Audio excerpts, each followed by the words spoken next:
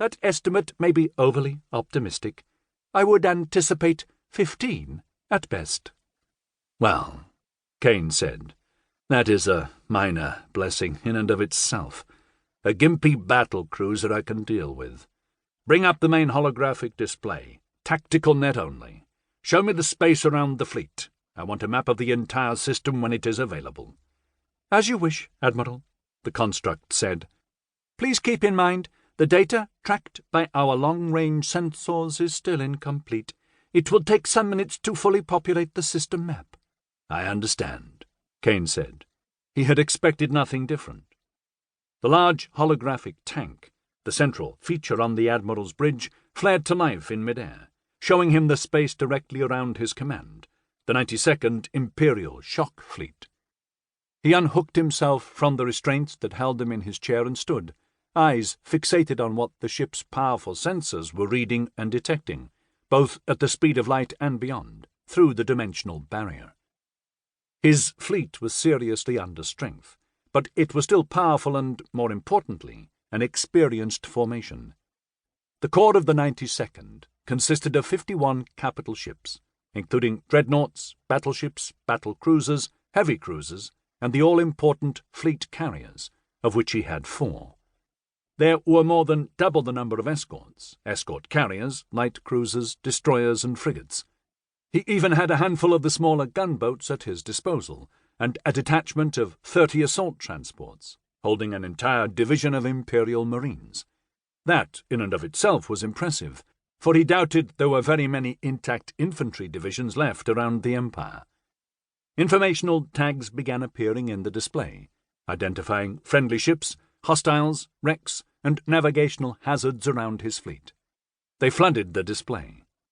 It was clear to him, in an instant, a massive battle had been fought before the jump gate. Wreckage was strewn all over the area. His ships, as they powered their way away from the gate, ploughed through the mess. With a casual ease, their energy shields shoved the debris aside, pushing both large and small chunks of twisted material that had once been fully functional starships out of the way. One of his battleships fired her main batteries.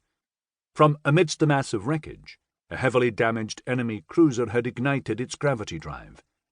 It was a poor attempt at flight, limping away from the Imperial fleet at 1/10 power, a fraction of its normal speed.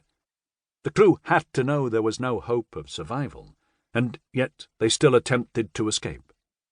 The battleship's powerful masers slammed into the ship. The cruiser's shields, already fluctuating due to prior battle damage, flared briefly, almost pathetically, and collapsed under the onslaught of highly focused energy. Armor boiled, then, a heartbeat later, the cruiser winked out of existence on the holographic display. The informational tag changed to wreckage and a navigational hazard warning. Several hundred of the enemy had just died. Kane felt no remorse, no regret, only a brief stab of satisfaction. They had earned their fate, and his fleet had long since stopped taking prisoners, other than for the purpose of obtaining information. The enemy did not take prisoners either. They never had. A destroyer out in front of the fleet, drive burning at full power and blazing the way forward, fired next. The ship, the Diego Garcia, launched a spread of 3 long-lance torpedoes at a damaged battlecruiser, which was, according to sensor data, attempting to restart her main reactor. In seconds, the torpedoes crossed thousands of kilometers of space, weaving their way through the wreckage and debris. The weapon's internal artificial intelligences guided each torpedo precisely to the target, until the spread hammered into the battlecruiser, ripping the stricken ship apart. Now most of his fleet was firing maser cannons, energy lances, missiles, and torpedoes, targeting enemy wrecks that still showed power readouts or even the smallest signs of life.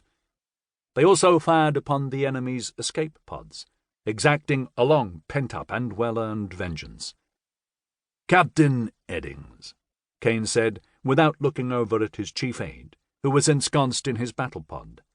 "Detail the carriers and the assault transports to launch recovery boats for friendly escape pods. Let's see if we can render any assistance before we pass through this area." "Aye, sir." Eddings